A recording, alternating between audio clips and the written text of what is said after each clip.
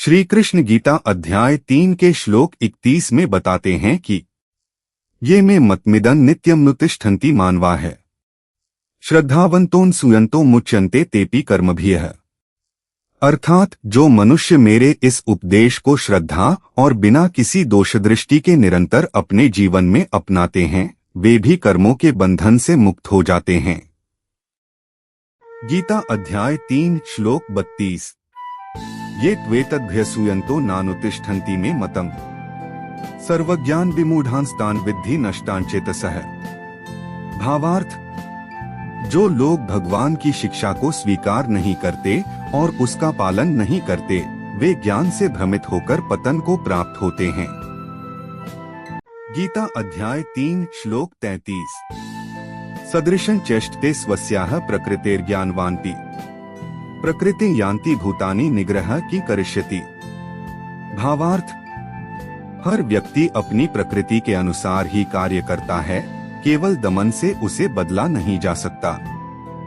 गीता अध्याय 3 श्लोक 34 इंद्रियस्येन्द्रियस्यार्थे रागद्वेषौ व्यवस्थितौ तयोर्न वशमागच्छेत्तौ ह्यस्य परिपन्थिनौ। भावार्थ, इंद्रियों के विषयों में राग और द्वेष होते हैं, मनुष्य को इनके वश में नहीं होना चाहिए क्योंकि ये उसके शत्रु हैं। गीता अध्याय 3 श्लोक 35 श्रेयान् स्वधर्मो विगुणः परधर्मात् स्वनुष्ठितात् स्वधर्मे निधनः श्रेयः परधर्मो भयावहः। भावार्थ, अपने धर्म को अपूर्ण रूप से करना भी दूसरों के धर्म को पूर्ण करने से बेहतर है।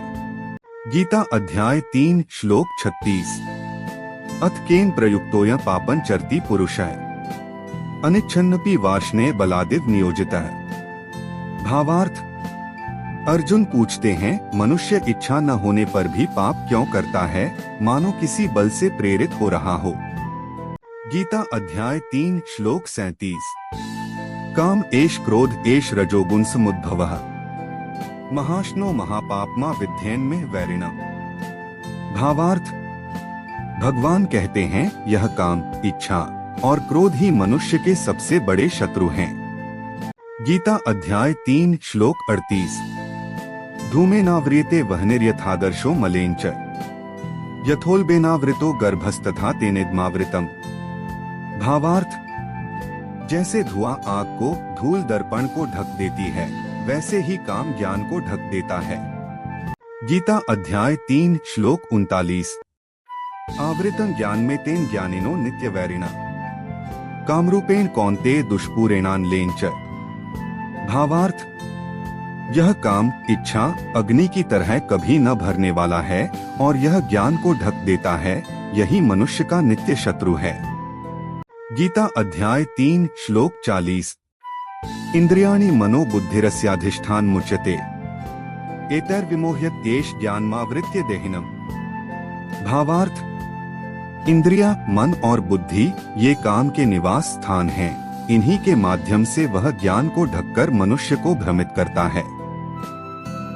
गीता अध्याय 3 श्लोक 41 तस्मात् त्वमिन्द्रियाण्यादौ नियमय भर्तर्षभ पापमान प्रजिह्येनम् ज्ञान विज्ञाननाशन।